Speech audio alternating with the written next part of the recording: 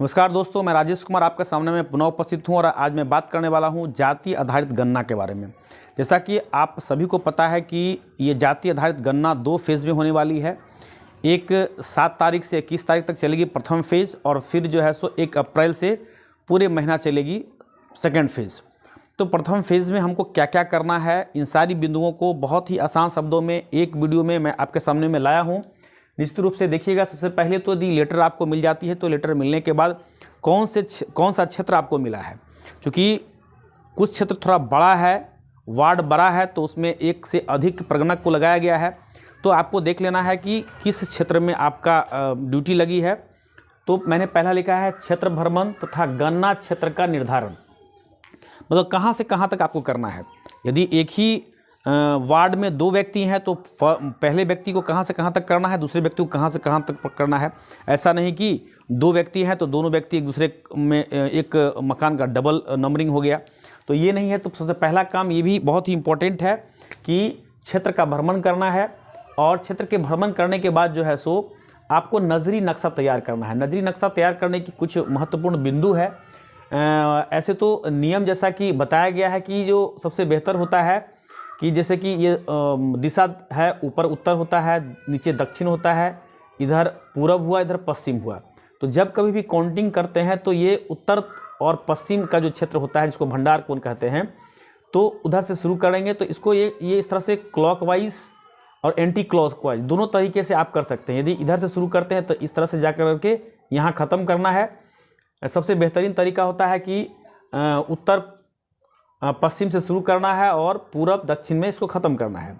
या आप इस तरह से भी ले सकते हैं, इस तरह से आप देख सकते हैं, इस तरह से लेकर के यहाँ पर ख़त्म करते हैं। ये सबसे बेहतरीन तरीका होता है। लेकिन यह नजरी नक्शा, चूँकि नज़र से हम जो देखते हैं उसी को नक्शा बनाने की बात होती है। तो यदि इस तरह के सिंबल से यदि आपका सेटअप हो रहा है तो अच्छी बात है, यदि नहीं हो रहा है तो जैसे आपको लगता है कि जो बेहतर तरीका है उसके अनुसार आप इसको दिशा को दे सकते हैं। सिर्फ ऐसा लगना चाहिए कि यह नक्शा इसी क्षेत्र का है। मुख्य रूप से ये ध्यान रखना है। ये सिंबल भी सबसे बेहतर है, लेकिन यदि इस तरह पर सेटअप नहीं हो रहा है तो जैसे कि मैंने ये जो नक्शा आपके सामने में दिया है उसमें इस तरह का सेटअप मैं जानबूझ के नहीं लिया है, ताकि आपको ये माथापच्ची में नहीं रहे कि दिशा क्या होना चाहिए। बस लगना चाहिए कि इसी क्षेत्र का ये नक्शा बना हुआ है। तो देखिए, मैंने यहाँ पर से शुरू किया है कि ये पक्की सड़क है, ये पक्की सड़क है, और ये जो है सो यहाँ पर पक्का भवन है, 1 नंबर मैंने दिया है। ये कच्चा भवन है जो गैर आवासीय है, इसको डॉट आउट करने का मतलब गैर आवासीय है, आप लोग सबको पता होगा। फिर 3 नंबर मैंने दिया है यहाँ पर, ये पक्का भवन है। ये स्कूल है, इसलिए इसमें कोई नंबरिंग नहीं किया गया है। ये 4 नंबर पक्का भवन है। 5 नंबर ये कच्चा भवन है, आवासीय है। 6 नंबर ये आप देख सकते हैं, 6 नंबर है जो कि कच्चा है, डॉट नहीं किया हुआ है, इसका मतलब ये आवासीय है। 7 है, 8 है, और फिर यहाँ पर ये जो ब्रांच रोड है, ये कच्ची रोड है। उस कच्ची रोड को ये डॉट डॉट का मतलब हुआ है ये कच्ची रोड है।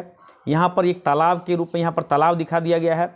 और फिर इधर से 8 करने के बाद हम इधर से जंप मारते हैं, ये तीर का निशान मैंने लगा दिया, और ये हो गया 9, 10, 11, और 11 के बाद जो है सो फिर आप देख सकते हैं कि इधर आगे ये 12 हो गया, 13 हो गया, और ये जो पक्की सड़क फिर इधर आई थी, ये पक्की सड़क जो इधर निकली है, इधर से मैंने एक एरो लगा दिया, और फिर ये 14, 15 ये गैर आवासीय है, पक्का मकान लेकिन गैर आवासीय है। फिर यहाँ पर एक सिंबल दे दिया, कुआं का है। फिर इधर से यहाँ पर है 16, 17, 18, 19, 20, यहाँ पर एक मंदिर है जिस पर कोई नंबरिंग नहीं की गई है, क्योंकि ये भी गैर आवासीय के अंतर्गत ही आ गया। 20 के बाद फिर यहाँ पर जो है सो 21, आप यहाँ से जंप कर जाइए, तो इसको 22 नहीं, इसको 21 रखिए, ये 21 हो गया, और फिर ये 22 हो गया, फिर 23, 24, यहाँ पर एक चापाकल है, और ये 25 पर यहाँ पर जाकर के ख़त्म हो गया। अर्थात कहने का मतलब है कि जहाँ से हम शुरू किए थे रोड के इस साइड को लेते हुए और इस साइड लेकर के ख़त्म किए। अब कहिएगा कि इसमें ये जो नक्शा है उसमें ये जो उत्तर दक्षिण का मतलब ख्याल नहीं रखा गया है। यदि सबसे पहले हमको देखना है कि हमको क्षेत्र कौन सा मिला है, और क्षेत्र के अकॉर्डिंग ही हमको वर्क करना है। ऐसा नहीं कि इस के हिसाब से करने के चक्कर में मेरा नक्शा गड़बड़ हो जाए। तो सबसे इम्पॉर्टेंट चीज़ इसको ध्यान रखना है। देखिए यहाँ पर एक रेलवे लाइन भी मैंने दर्शा दिया है, यहाँ नदी का चिन्ह है और प्रयास कीजिए कि ये नजरी नक्शा बनने के बाद एक इस तरह से जो है सो एक तरह से जो है सो ऐसे गोल घेरा में दे दीजिए ताकि एक पता चले जैसे कि ये नदी का चिन्ह था। तो ये नदी जो है नजरी नक्शा का क्षेत्र में ये जैसे नदी है तो नदी ऐसे आया था, ये नदी आया और फिर ये साइड से चला गया। तो ये गोल घेरा दे देने के बाद थोड़ा सा आसानी होती है। ये रेलवे लाइन आया इधर से मान लिया सीधे गया, यहाँ पर ओवर ब्रिज है और यहाँ से निकल गया, ये रेलवे लाइन था। तो इस तरह से जो है सो ये गोल कर देने के बाद थोड़ा सा जो है सो और स्पष्ट ये बन जाता है। ये सड़क आई थी, ये दूसरे के क्षेत्र में थी, इस तरह से हमको यहाँ से क्षेत्र मिला, यहाँ से मैंने बनाया। तो इस तरह से जो है सो एक बेहतरीन नक्शा, और इसमें बहुत ज़्यादा जो है सो टेंशन की बात नहीं है। जैसा प्लॉट पे जाते हैं, जैसा क्षेत्र में जाते हैं, जैसा हम देखते हैं वैसा बनाना है। और मुख्य रूप से कहीं कहीं किसी ज़िला में जो है सो बताया गया है कि गैर आवासीय में नंबर नहीं देना है, किसी ज़िला में बताया गया कि गैर आवासीय में भी नंबर देना है, लेकिन प्रपत्र जब भरेंगे तो उस पर नंबर नहीं देना है। तो खैर जैसा आपके सुपरवाइज़र बताते हैं, जैसा आपको ट्रेनिंग मिलती है उस ढंग से करेंगे। लेकिन ज़्यादा अच्छा है कि नजरी नक्शा में जो गैर आवासीय है उस पर नंबर नहीं देना ज़्यादा अच्छा था। लेकिन चूँकि बहुत जगह बताया गया है कि गैर आवासीय में ही नंबर देना है, तो मैंने यहाँ पर नंबर दे दिया है। और कभी क्या हो सकता है, किसी की वर्क किए पूरा फील्डिंग वर्क करने के बाद भी जो है सो पता चलता है कि कोई घर छूट गया। तो लिखा हुआ है यदि कोई घर छूट जाए, जैसे कि 9 और 10 के बीच में कोई घर छूट जाए, तो उस जो छूटे हुए घर का नंबर क्या हो जाएगा, 9/1। उस छूटे हुए घर का नंबर हम यहाँ पर घुसा सकते हैं 9/1 के रूप में, ताकि दोबारा फिर से मेहनत करने की नौबत ना आए, मेहनत ना करना पड़े।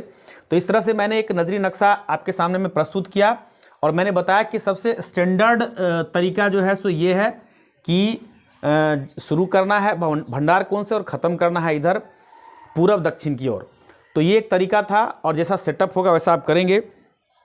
फिर यहाँ पर है कि भवन का सूचीकरण, ये भी काफ़ी इंपॉर्टेंट पॉइंट है। इसको देखिए मैंने लिखा है, जो कि सबसे पहले तो ये डिजिट है। डिजिट बताया गया है कि एक लिखने के लिए एकदम ठीक एक सीधे लाइन खींचना है।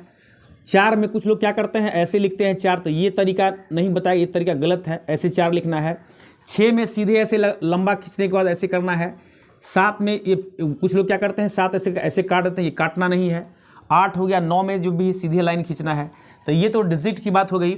अब यहाँ पर कह रहा है कि प्रत्येक जिस मकान में हम जाते हैं सूचीकरण के लिए, तो सबसे पहले है कि हमको इतना लंबा 6 इंच लंबा 6 इंच चौड़ा मतलब कि एक मार्क लगाना है।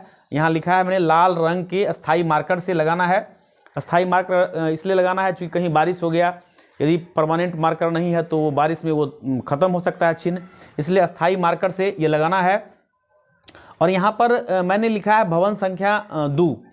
तो भवन संख्या 2 का यहाँ पर देखिए, यहाँ पर इस डायग्राम को इसमें दिखाने का प्रयास किया। देखिए भवन संख्या 2 परिवार रहता है, एक बड़ा सा हॉल है जिसमें 2 परिवार रहता है और एक छोटा सा है तो इसमें 1 परिवार रहता है। तो चूंकि यहाँ पर चूंकि ये निकास का दरवाज़ा 2 है, इसीलिए इसका नंबर सिर्फ 2 हुआ।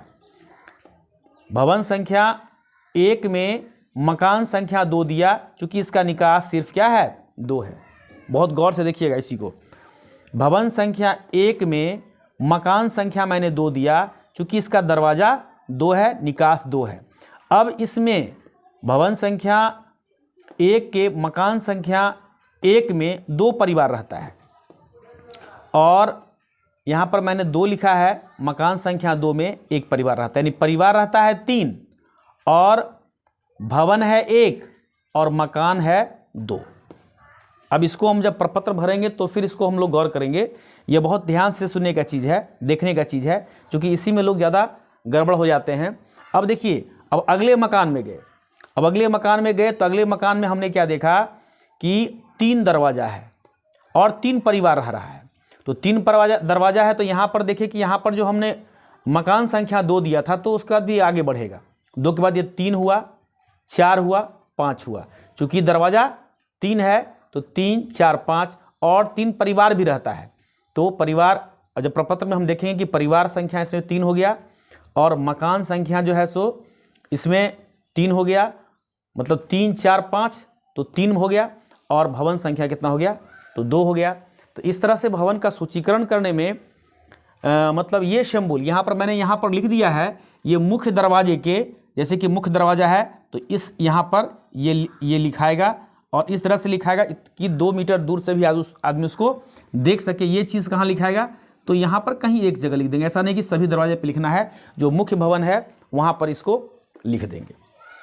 ठीक है, तो ये था आप लोग को मैंने मुख्य रूप से 3 बात पर चर्चा किया कि क्षेत्र का भ्रमण, नजरी नक्शा तैयार करना और फिर भवन का सूचीकरण करना। तो ये बहुत इजी है, बहुत भास्ट काम नहीं है, बहुत ही आसान है। और एक और चीज़ है प्रपत्र भरना। तो इसके बाद मैं अब चौथा स्टेप में आता हूँ कि प्रपत्र कैसे भरा जाए, तो इस पर चर्चा करते हैं। देखिए, चौथी और अंतिम बात जो फेज़ 2 में हम लोग को करना है वह है संक्षिप्त गृह पंजी तैयार करना, जो प्रपत्र ख में हम लोग इसको करेंगे। इसके लिए ये 10 कॉलम आपको दिया गया है। पहला है क्रम संख्या, दूसरा है भवन संख्या, तो तीसरा है मकान संख्या, चौथा है मकान का उपयोग, पाँचवा है परिवार में की सदस्य संख्या, परिवार की संख्या, और छठा है परिवार के मुखिया, सातवां है परिवार के सदस्य संख्या, आठवां है परिवार की क्रम संख्या, 9 नंबर में है दौरे की तिथि, और 10 नंबर में है परिवार के मुखिया का हस्ताक्षर। ये 10 कॉलम है जिसको कि भरना है। ये फर्स्ट फेज़ में ये काम करना है। सेकेंड फेज़ के लिए जो है सो जब होगा तो उसमें प्रपत्र थोड़ा लंबा होगा। उसमें चूँकि जाति आधारित जनगणना है तो जाति की किस जाति की क्या आंकड़ा है, कितना हमारे राज्य में कौन से जाति के लोग हैं, मुख्य रूप से सरकार को यह डाटा लेना है। इसके यह किस कारण से हो रहा है कहने की ज़रूरत नहीं है। बहुत ज़्यादा पॉलिटिकली इस पर चर्चा काफ़ी लंबे समय से हो रही थी। केंद्र सरकार से रिक्वेस्ट किया जा रहा था, केंद्र सरकार ने इसको डिनाई कर दिया। अंतर्राज्य सरकार अपने बूते जो है उसको करवा रही है। तो खैर, हम लोग को जैसा इंस्ट्रक्शन मिलता है, जैसा मिल रहा है वैसा हम लोग को करना है। क्योंकि मैं भी सुपरवाइज़र के रूप में वर्क कर रहा हूँ इस गणना में। तो देखिए, इसको भरना कैसे है बहुत ही ईजी, लेकिन थोड़ा सा टेक्निकली यदि नहीं समझेंगे तो दिक्कत हो सकती है। आप यहाँ देख सकते हैं क्रम संख्या 1 में भवन संख्या 1 का कॉलम हम भर रहे हैं। क्योंकि यहाँ पर हमने देखा है कि भवन संख्या 1 के मकान संख्या 1 में जो कि आवासीय है, परिवार रहता है 2। ध्यान दीजिएगा, भवन संख्या 1 के मकान संख्या 1 में परिवार संख्या कितना हो गया, 2। बहुत ही टेक्निकल चीज़ है, इस चीज़ को बहुत ध्यान दीजिएगा। फिर हम बोल रहे हैं भवन संख्या, ये पूरा एक भवन है, भवन संख्या 1 में मकान संख्या, देखिए यहाँ पर 2 मकान नंबर है, 1 नंबर ये हो गया, 1 नंबर ये हो गया। तो मकान संख्या 1 में देख रहे हैं, मकान संख्या 1 में जो कि आवासीय है, परिवार संख्या 2 परिवार रहता है। देख रहे हैं 2 परिवार रहता है। एक के परिवार के मुखिया का नाम है राम और दूसरे के परिवार के मुखिया का नाम है मोहन। राम के परिवार के सदस्य की संख्या कितना है, 3, और मोहन के परिवार का सदस्य की संख्या है 4। अब देखिए परिवार के क्रम संख्या, तो क्रम संख्या चूंकि राम का पहले लिए हैं तो ये क्रम संख्या 1 हो गया, और फिर मोहन का लिए तो क्रम संख्या 2 हो गया। और उसके बाद फिर दौरे की तिथि 15 तारीख को हम लोग गए, 15 जनवरी 2023 को, तो ये मैंने लिख दिया। और फिर परिवार के मुखिया का हस्ताक्षर, यदि मुखिया है तो, या कोई भी बालिग व्यक्ति है तो उसके परिवार के सदस्य का दस्तखत यहाँ पर हमको ले लेना है। तो ये बात हम लोग, ये हमने किया भवन संख्या 1। ये जो डाटा दिया गया, यह जो मैंने लिखा, वह इतना का डाटा हम लोगों ने लिया। ध्यान दीजिएगा, मकान संख्या 1 और भवन संख्या 1 का हमने डाटा यहाँ पर लिया, जिसमें 2 परिवार रहता है। ठीक है, अब उसके बाद हम यहाँ पर लेते हैं, ध्यान दीजिएगा, फिर यहाँ पर हम देते हैं भवन संख्या 1, इसी मकान का डाटा ले रहे हैं। भवन संख्या 1 है और मकान संख्या 2, चूंकि इसका अलग गेट है, तो मकान संख्या 2 जो कि आवासीय है, इसमें परिवार संख्या 1 है। मात्र एक ही परिवार है, देख रहे हैं यहाँ पर मैंने सिंबल दिया है, एक ही परिवार है जिसके मुखिया का नाम है राहुल, और इसके परिवार में सदस्य संख्या है 5। और क्रम संख्या की, परिवार के क्रम संख्या चूंकि इसमें 1 ही है तो 1 भराएगा। ठीक है, दौरे की तिथि वही 15 मैंने दिया है, और परिवार के मुखिया का दस्तखत यहाँ पे हो गया है। हमको लगता है बहुत हद तक क्लियर हो गया होगा बात। फिर एक और मैंने लिया है, जो कि उधर का जो सिंबल है उसको हम देखते हैं। 4 नंबर में भवन संख्या, आगे बढ़ते हैं और हम भवन संख्या 2 पर जाते हैं। ये भवन संख्या 1 की बात थी, अब भवन संख्या 2 की बात कर रहे हैं। भवन संख्या 2 में गए और इसमें मकान संख्या 3, चूंकि देख रहे हैं इसमें 3 गेट है, 3 गेट है, तो 3 गेट है तो इसमें मकान संख्या जो है वो हो गया 3 4 5। यहाँ 2 था और ये बढ़ता जाएगा, ये भी बढ़ता जाएगा, तो यहाँ पर 2 के बाद कितना हो गया 3 4 5। मकान संख्या 2 और भवन संख्या जो है, सॉरी उल्टा मैंने बोल दिया, भवन संख्या 2 है और मकान संख्या जो है सो 3 4 5, 3 बढ़ गया। तो यहाँ पर हमने देखा है मकान संख्या 3 मैंने लिखा है, उसके बाद फिर ये भी आवासीय है और परिवार संख्या 3 है, चूंकि सभी मकान में भवन संख्या 2 के सभी मकान में एक एक परिवार रहता है, तो 3 परिवार है और एक का मुखिया हो गया X, दूसरा का मुखिया हो गया Y और तीसरा का मुखिया हो गया Z। तो X में परिवार के सदस्य संख्या कितना हो गया 4, Y में हो गया 3 और Z में हो गया 2। तो इस तरह से जो है सो परिवार की क्रम संख्या, चूंकि इसमें 3 परिवार है तो इसीलिए 3 परिवार है, तो जो ये X जिसके मुखिया का नाम है उसका क्रम 1 हो गया, Y मुखिया वाले का 2 हो गया और Z मुखिया वाले को 3 हो गया। और फिर ये दौरे की तिथि है और फिर ये परिवार का मुखिया है तो या कोई भी जो वालिक सदस्य है वो इसमें दस्तखत कर लेगा।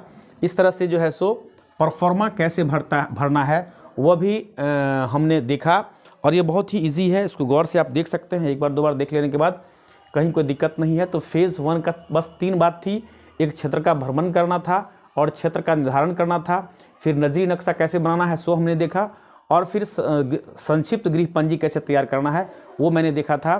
थोड़ा सा इस बात का ध्यान रखेंगे कि ज़्यादा गड़बड़ी लोग कर रहे हैं भवन संख्या और मकान संख्या में।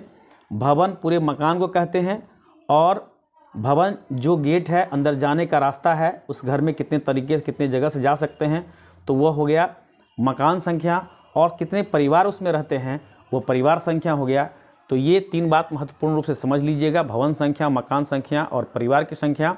यहाँ पर मैंने लिख दिया है कि ये क्रम संख्या और परिवार संख्या बराबर होगा। ध्यान दीजिएगा, ये जो क्रम संख्या है 1 2 3 4 5 6, और यदि परिवार संख्या जोड़िएगा तो देखिएगा 3 2 1 3 3 6, ये और ये बराबर होगा। चूँकि इसलिए बराबर होगा क्योंकि जैसे ही परिवार संख्या बढ़ेगा ये क्रम संख्या बढ़ेगा, तो ये दोनों बराबर होगा। तो इन्हीं शब्दों के साथ आज का वीडियो मैं समाप्त करता हूँ। फिर नया कुछ अपडेट होगा तो मैं वीडियो लेकर के आऊँगा। धन्यवाद।